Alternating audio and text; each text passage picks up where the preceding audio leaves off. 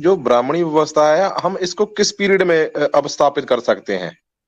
भी इनका आगमन भारत में कब से हुआ? मतलब जो पुष्यमित्र शुंग वाली थ्योरी से, वो तो मैं तो अपनी तरफ से तो रिजेक्ट कर, वो तो मैं जी जी पामसेप जी, देखें, ब्राह्मणी जो व्यवस्था है ना, इसके कई पहलू हैं, इसको हमें समझना पड़ेगा। जैसे भारत में विदेशियों का जो आगमन है, इसको हमें सबके समय में होता है, और सिकंदर के बाद सेल्यूकस आता है, और फिर मिनांडर वगैरह आते हैं।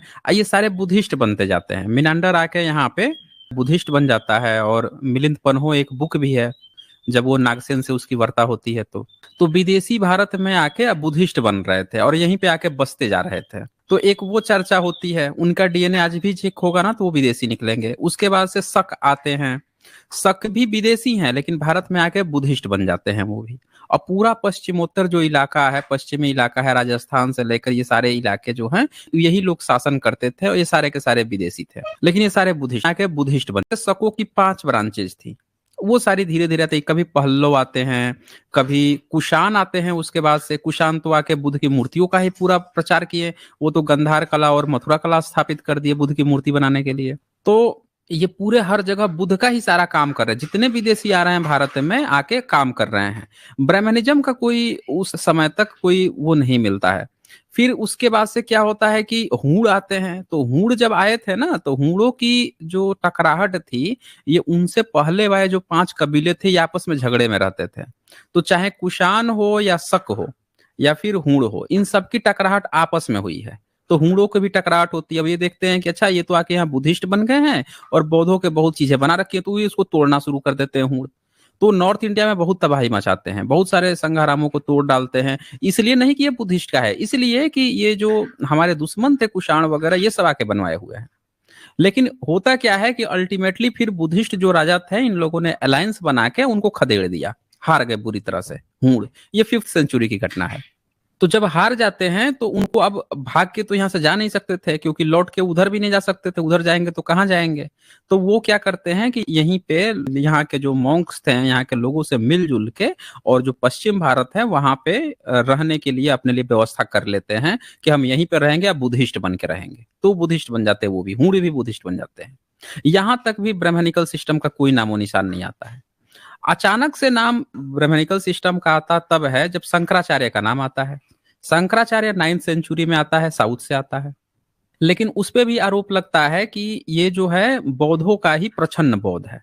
उस पर आरोप लगता है ये प्रछन्न बौद्ध है, बौद्धों की तरह बात कर रहा है, जनेऊ उनेऊ कुछ पहनता नहीं, चुटिया कुछ लटकाता नहीं, बौद्धों की तरह सर मुड़ा के रहता है। और वो जो है, इसको लोग कहते हैं वेदांती स्थापना कर लिया। बौद्धों की ही शून्यवाद की एक शाखा थी, उसी को चुरा के और उसी को प्रस्तुत करने की कोशिश किया अपने फ्लेवर में, जो पूरी तरह से गलत साबित हो गया।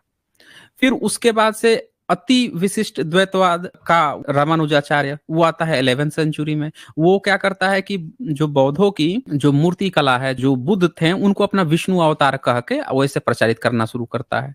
शंकर जो है बौद्धों के स्तूप को शिवलिंग कह के प्रचार करवाता है, और वो जो है बौद्धों की जो महायान शाख नहीं, चुटिया कुछ लड़कियों को कहना शुरू करता है। और फिर यहाँ से धीरे धीरे 14वीं 15वीं सदी में ये लोग वेद लिखने लगते हैं, गीता का भाष्य करने लगते हैं। उससे पहले न गीता का किसी ने सुना था भाष्य, और न ही वेद का कहीं चर्चा आया था। ये सारे के सारे लोग जो हैं 11th सेंचुरी के बाद से धीरे धीरे शुरू होते हैं। तो यहाँ इसका से मतलब ब्राह्मणिकल खेल शुरू हो जाता है। जी, इसका मतलब सर ये है, अभी ये व्यवस्था कोई बहुत ज्यादा हम इसको प्राचीन नहीं कह सकते। ये 1400 तक हम इसको लेकर जा सकते हैं, इससे पहले तो इसको स्थापित किया जा सकता। हाँ, ब्राह्मणिकल सिस्टम जो है वो पिछले 1000 साल के अंदर की ही व्यवस्था है, उससे पहले कोई सबूत नहीं है। मतलब 1000-1200 साल अभी ये इनकी प्रेजेंस यहाँ पर दिखने लगी है। हाँ हाँ हाँ जी, बिल्कुल सही। यह बात है ना, जे हमें हमारे सभी साथियों को नोट कर लेना चाहिए भी। जैसे मुगल विदेशी है ना, ब्राह्मण जो विदेशी है, उसने हमारे देश पे कंट्रोल कर रखा है। जो हम लड़ाई लड़ रहे हैं, हमारी आजादी की लड़ाई है, क्योंकि अभी विदेशी हमारे देश पे राज कर रहा है। इससे यह बात तो बिल्कुल क्लियर हो जाती है सर। जैसे हमारे पिछले साथी आए थे, हम उससे अब दया की भीख नहीं मांगेंगे। अभी हमको सभी साथियों को एकजुट होना पड़ेगा। अब ये ऐसे तो नहीं है, वो अगर उसने देना होता तो हमको दे चुका होता, वो हमको कुछ भी देने वाला नहीं है।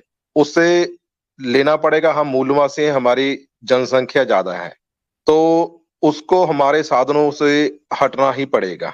ज्यादा देर तक वो हमको अब होल्ड करके रखने वाला नहीं है। उसकी जो गिनती है उसके लिए समस्या बन जाएगी। अब 3% के साथ वो हमको नहीं कंट्रोल कर सकता वो।